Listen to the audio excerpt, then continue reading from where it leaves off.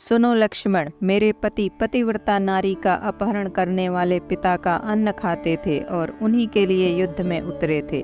इसी कारण मेरे स्वामी मेघनाथ परलोक सिधार गए। अगर मेरे स्वामी मेघनाथ की वीरता के बारे में संदेह हो तो मन से निकाल देना। तब लक्ष्मण जी को पता चला कि सुलोचना कौन थी। नमस्कार दोस्तों, स्वागत है आपका हमारे चैनल वन स्टॉप स्टोरीज में। आशा करती हूँ आप बहुत अच्छे होंगे। तीसरी बार युद्ध में जाते समय मेघनाथ को यह ज्ञात हो गया था कि श्री राम व लक्ष्मण कोई साधारण मानव नहीं बल्कि स्वयं नारायण का रूप हैं। वह अपने माता पिता से मिलकर जाने लगा। तब उसने सुलोचना को देखा। सुलोचना से वह इसलिए भी नहीं मिलना चाहता था क्योंकि उसे लग रहा था कि कहीं सुलोचना के आंसू देखकर वह भी भावुक न हो जाए, वह युद्ध में कमजोर पड़ जाए। किंतु जब उसने सुलोचना का मुख देखा तो अचंभित रह गया। सुलोचना की आंख में एक भी आंसू नहीं था और वह अपने पति को गर्व से देख रही थी।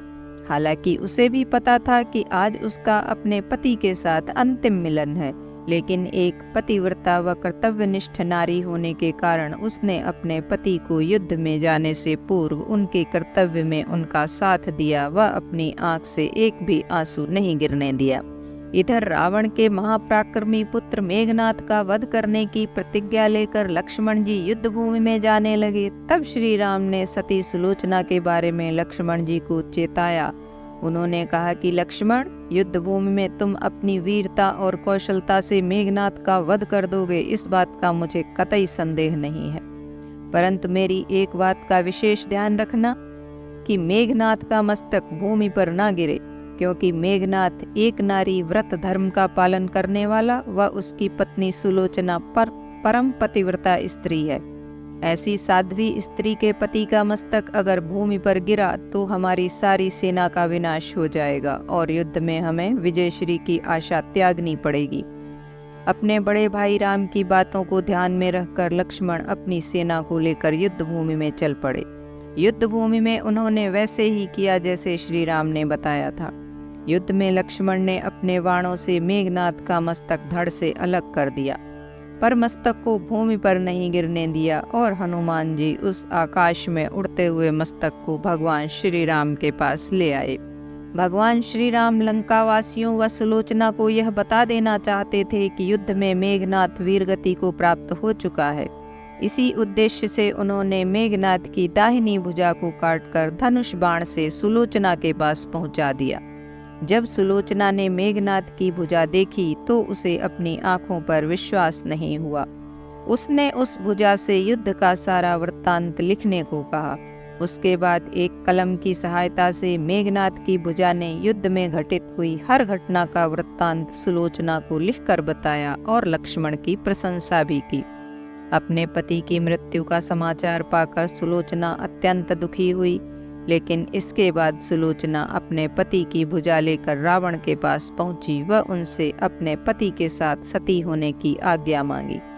रावण ने उसे यह आज्ञा दे दी, किंतु पति के सिर के बिना वह सती नहीं हो सकती थी, इसलिए उसने रावण से मेघनाथ के शव की मांग की। किंतु रावण ने शत्रु के सामने याचना करने से मना कर दिया।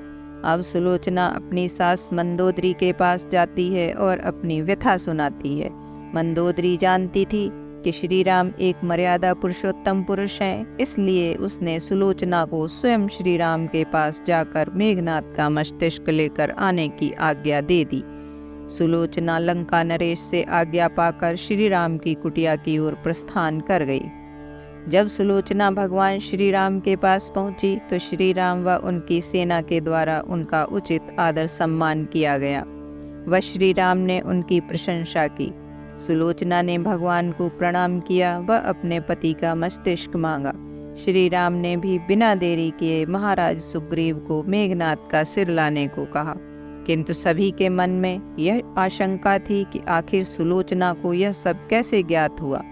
तब सुलोचना ने मेघनाथ की भुजा के द्वारा उसे सब बता देने की बात बताई। यह सुनकर वानर राजा सुग्रीव आश्चर्यचकित थे। उन्हें सुलोचना की कही बातों पर विश्वास नहीं हुआ, इसलिए उन्होंने सुलोचना से मांग की कि यदि उनके पतिव्रता धर्म में इतनी शक्ति है तो वह इस कटे हुए धड़ को हंसा कर दिखाएं। यह सुनकर सुलोचना ने उस मस्तिष्क को प्रणाम कर अपने पतिव्रत धर्म की आज्ञा देकर उसे सबके सामने हंसने को कहा। इतना सुनते ही मेघनाद का कटा हुआ सिर जोर जोर से हंसने लगा। सब लोग यह देखकर आश्चर्य में पड़ गए, किंतु भगवान श्री राम सुलोचना के स्वभाव व शक्ति से भली भांति परिचित थे।